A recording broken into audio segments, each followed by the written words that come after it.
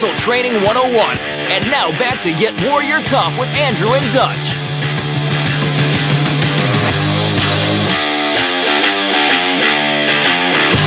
I love it. Dutch, I love mental toughness. You know why? Because it really did transform and change my life. It's a game changer, man. I went from being the fat kid who got bullied to, being an elite warrior, man. And it's a gift that keeps on giving. That's the other beauty of it, man. It doesn't stop, man. It doesn't stop where you think it's done, because the next challenge is coming. The next day is coming. And in this world, that the challenges don't stop, man. When you lick one, it ain't over. So when you set a target, man, you don't think when you what is it? When I scale Mount Everest, I'm up there and I got my hands up there. Oh, this is great. It's over. Then you scale down the mountain, you go home. Hey, man, there's still more coming. So This is the most reusable asset of all time. Right. This isn't like a paper bag and you get finished, you ball it up and throw it away. Right. No, man, this is a reusable resource. It's the gift that keeps on giving, man. It stays with you forever. And all you have to do is keep it clean and keep it shiny and keep it up to date. Keep the oil change and all that stuff. Keep updating the firmware and the software. And it lasts forever. It's durable. I know it. Mm-hmm. All right, I don't have time to go through all these, so I want to pick a couple. Numbers on our list is number 7, but I want to talk about this, and I mentioned it on the way out of the break. This is to grow your level of self-confidence by recalling your past victory. Tell yourself your war stories, the time that you did beat it. When you're in the middle of this is the time to remember. And that's what I said. A couple of years ago, I saw the Patriots. I turned it off, and they came back from a massive deficit, and it was like a miracle finish. I think that game went into overtime too. And from that day on, I said, you know what? I'll never, ever doubt these guys again. I will never bet against Tom Brady and Bill Belichick. And it was a completely different cast other than those two. But I know the culture. When I say those two, I'm really saying the Patriot way of do your job. And that's why I hung in there and kept watching last night. Mm-hmm, mm-hmm. And, I would love to talk about number 6 one day in more detail. Let's just mention it real quick without talking too much about it. Yeah, go ahead. But after trauma or a loss, steer yourself towards self-development. Reach for post-traumatic growth instead of post-traumatic syndrome disorder. And that is so real. Yeah. But we can dedicate an entire show to that one day. But I just wanted to mention that. Reach toward the self-development, it's like after that Chiefs game, because there was that game when they remember against the Chiefs where Tom Brady got benched, and that was Bill Belichick. We're on to Cincinnati. Mm-hmm. Right? Everybody else wanted to be like traumatized and stressed out, and all he's doing is going for growth. We're getting ready for the next game. We're getting ready for the next game. We're getting ready for the next game. Well, it's the guy that instead of sitting there talking about the mistakes he's made, he's talking about why they're not going to be made again. Like you move on to the move on to the solutions, right? Right. I'm trying to grow. I'm not going to sit there and be depressed and be sullied and just be weighed down by that.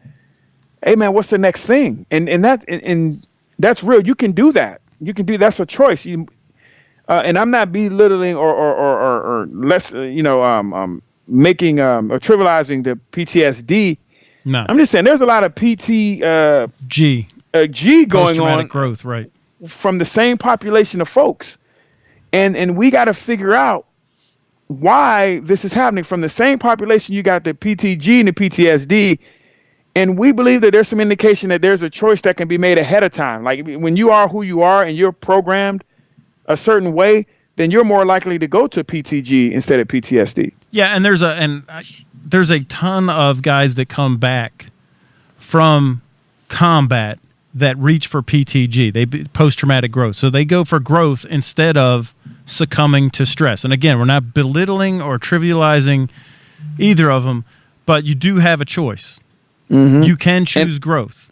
And it's been proven successful. That's why we're mentioning it, because we're trying to let folks, and we're not talking about just combat. We're not talking about in fact, remember when we talked to Dr. Steve Zodkoy? Remember we did the thing on the adrenal fatigue? Because he's an expert on PTSD and how to treat it. He works with Marines and active duty and veterans, military that have come back from combat, wounded warriors, that kind of thing. It's a choice. If you steel yourself, if you have a psychological armor, you choose to move yourself towards positive self-development and growth instead of wallowing in the trauma that just happened. There is an actual pathway out. There's science behind it, that you should reach for growth. And he said that PTSD isn't just about combat. Instead, he said most PTSD could be a car accident or a death, of a loved one who had, an illness and they died early or prematurely, or it could be anything from like just a serious loss, any kind of traumatic loss. Any type of traumatic. It's right. Just post-traumatic. It doesn't say post-war. No. So it could be like right after the 2008 financial collapse. There was a ton of traumatic stuff where people are losing massive amounts of money in the stock market. That's traumatic. It can be your team losing after holding a 25-point lead. That's traumatic. I mean, seriously, those guys could be traumatized for a long time. That's a hard one to swallow, right? And I mean, it really is. I mean, I was watching some Snapchats where it's like true fans of Atlanta, which there aren't that many. Most of them were all just, I hate the Patriots fans. I saw a thing that said that the Falcons won the popular vote, which was true because everyone hates the Patriots. But true Falcons fans were snapping, "We lose at everything. This loser city, it's a city of losers." These are like residents. I mean, they're Braves fans, they're Falcons fans. They're just like, they're sick of losing, right? They're like, "We lose at everything." They're just traumatized, man. They just can't take another. It's kind of like Cleveland. They need a LeBron moment down there. Yeah, it's funny because I'm watching all the different celebrations on Snapchat. It was during the it wasn't celebration. It was premature celebration. Yeah, premature celebration. It was the Atlanta-based Super Bowl parties because a ton of my friends are either live in Atlanta or from Atlanta, and so all on their Snapchat is just their Super Bowl parties, and they're having a great time. And of course, this is during the time they have the big lead. Right. Well, without a doubt, all of them. Towards the end of the game, you saw like the whole mood change. Now they're all sitting down.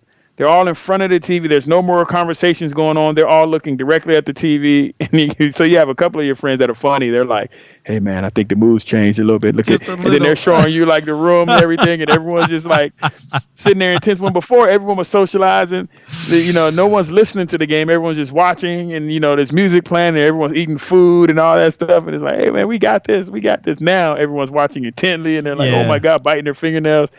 It was hilarious. I loved it. That is pretty funny, man. That's all right. I've got a couple more minutes. I want to talk about number 9 on our list. Is this: create for yourself a culture of gratitude and also expectation of good. It's two things. So you're grateful that you're in the game and you expect good things. Like, I expect of myself to execute no matter what mistake was made a minute ago, no matter what happened a second ago. I expect that I'm going to do good and do what I've trained for, and I'm going to be grateful that I have a chance at another shot at it. To go back to, I'll go back to Clemson. We beat the Patriots. Deshaun Watson, one of the things he said in the huddle in the Clemson game, in that 2-minute final drive, he said, "Let's go be legendary." Yeah. So he expected. They expected greatness. They expected to win. And I guarantee you we don't have to say it about the Patriots because Tom Brady knew. Yeah. He expect nothing but greatness. And the gratitude part was when Tom Brady was asked questions after the game about his comeback. And he said, "Hey, man, these guys, man, this is about the team, man. All these guys." And he started pointing out things that the different guys were doing and all this. So he made it totally about the team. That's gratitude, man. He was thankful that those guys were those guys were his teammates. And that he was in a battle with those guys. Absolutely. And you know what? He was grateful that his parents got to be there because his mom had been fighting an illness, and this was the first time that she's been out in like 18 months, and that was the first game that they've been at in all season, and his wife and his kids were there. And that's a culture of gratitude. And whenever you see him, he's always great. And I love this about this guy. And people are like, "Oh, Brady ball." But Brady, what did Bill Belichick in the interview before the game? He was with Jimmy Johnson, and Bill Belichick says, "You know what? Brady's a hard guy to coach because he's so well prepared." And then they asked Brady, "Well, what about egos? He's like, "Listen, it's easy after 17 years. I know who's the coach and who's the player. When you know your role, it's very easy." So this is like that culture. And then he told. After up on the podium, he tells Bob Kraft and he tells Bill Belichick, "Thank you for taking a chance on me 17 years ago." He knows where he came from. He was one night. He was me, last kid picked for kickball. I wish I was Tom Brady, but not really, because I love doing what I do. But you know what? Who he is now didn't make him forget where he came from or who he was before. So that allows him to show that gratitude, man, because he He remembers where he came from. He remembered who gave him the opportunity. He remembered who believed in him. And he remembered that his first key was to not let them down. I think he said something after the first season when he got the job. He had that one right. He had the one loss, and then he came to them and said, "Hey, I apologize. This is not where we want to be." I think they lost to the Jets or something like that in that first year, that rookie year of his. Yeah. And he said he was going to make them happy that they drafted him, that they gave him that shot. He said a few, amongst other things that he said, but this guy committed to be great to them, along with himself. Obviously, when he makes a statement like that, he already made the commitment to himself, but he made the commitment to the organization. Yeah. And years later, he remembers that and he thanks them for the opportunity, man. Years later, after he's hands down the greatest quarterback to ever play the game, he's still thanking them. And you know what's amazing? That. You know what's amazing, Dutch? He is not the highest paid quarterback in the league, not even close. Joe Flacco makes more money than this guy. And Kirk Cousins is probably going to make more money than him after this because of these crazy skins. And what he does is he'll keep taking pay cuts and restructuring contracts. Listen, he's not hurting for cash, but he'll take less money if it means that they have another shot at getting to the Super Bowl. This is a team play. This is a culture of gratitude and expectation of good. And now we're running out of time, but here's the last one. I want to just drive this one home. Last but not least, you have to focus on your sleep, your nutrition, and your fitness. Yes, sleep, diet, and exercise. Facts. If you want to be resilient and you want to have mental toughness, you want to be able to bounce back and deal with stress. There are so many hormonal things that happen. Like when you don't get sleep, your serotonin level, which is a feel-good hormone, now cortisol, the stress hormone, cranks up. When you're not doing your fitness and your exercise, which gives you endorphins, another happiness hormone, also blocks cortisol, makes the levels go back down to normal. You're not exercising, cortisol levels climb back up. That's that stress thing, makes you, lose cognitive processing, lose muscle mass, lose bone. You get fat and squishy. You get, stressed out. You don't sleep good. You don't have energy. And the same thing with good nutrition. All that stuff you put in your body, that sugar and those processed grains and all that processed stuff. We already know that it's just, fast food is medically what happens to your body is it clogging your arteries, your blood pressure's going up, you're spiking your insulin, all these bad things are happening. If you want to be resilient, then you need to get 6 to 8 hours of sleep a night. You need to eat clean, healthful foods. You need to get your exercise. Now I can do it, Andrew. I can stay up late, man. I'm good. Like during the day, I can stay up all night and then still be, completely functional the next day. I do it all the time. Okay. That's what we do. That's what we say. But people don't understand that. And I tell my athletes this, especially the ones that are partaking in some of the recreational drugs and when you're trying to get them out of that situation.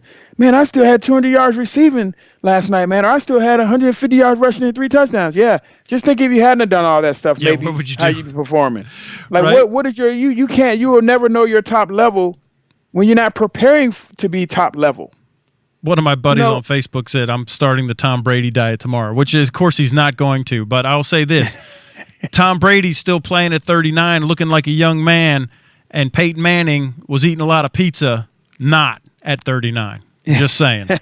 I know, right? We got about 45 seconds left, man. But this has been great, not only because of the sports tie to everything, but from the book review we talked about earlier and how it really can impact people, to the sports takes, and also even Bob Kraft as a business owner, man. The fact that he's bought into it, man, with his whole organization, that he invested in this type of mentality with his whole organization. It's wonderful, man. So many lessons here, man. So many lessons.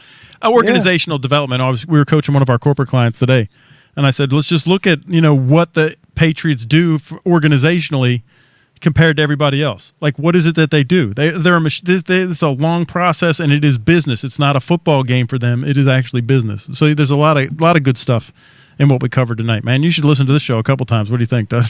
Man, I'm telling you, I want to say one more thing. The insane level of commitment that we aren't willing to do. Right. The Patriots have done it.